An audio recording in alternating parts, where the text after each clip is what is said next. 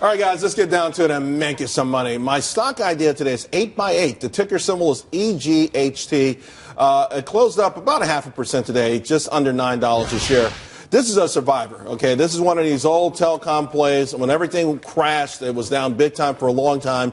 The last couple of years, though, it's really trying to gain some traction. Now, here's the thing. They have 23% over the last 5 years compounded annual growth. They've got 5 consecutive years now of profitability, and their business is really beginning to grow big time. Here's the thing. They've added a cloud component to this whole thing, cloud telephony, virtual call centers, the software as a service platform, which is really, really huge. Revenues have doubled over the last 5 years. It's still somewhat volatile.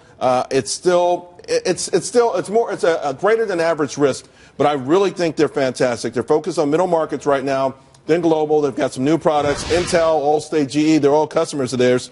I'm looking forward to go back to about $11, $12 a share. If you're nervous and you get in a stock like this, the downside risk, you probably should consider 8 as a stop loss. I don't normally throw these out for long-term investments, but it can be more volatile than normal. All right, Hilary, what do you think of this one? I own EGHT. I love this company. Voice over Internet, it doesn't make sense to do anything but voice over Internet. Basically, it's telephony over your computer rather than going with the hard lines. The cost differential is huge. Now, revenues were up 29% in the quarter that ended in October.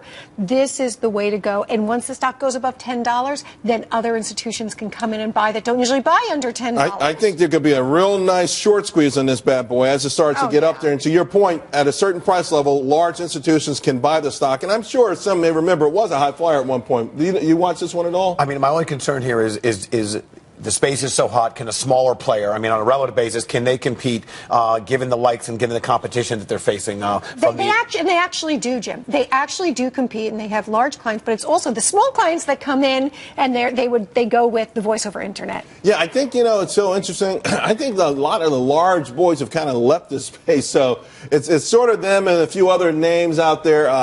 I really like what's going on. I think actually the fact that they are a survivor, it hurts them a little bit because some people remember the bad times. Anyway, it's a greater than average risk, but I really like this one a lot.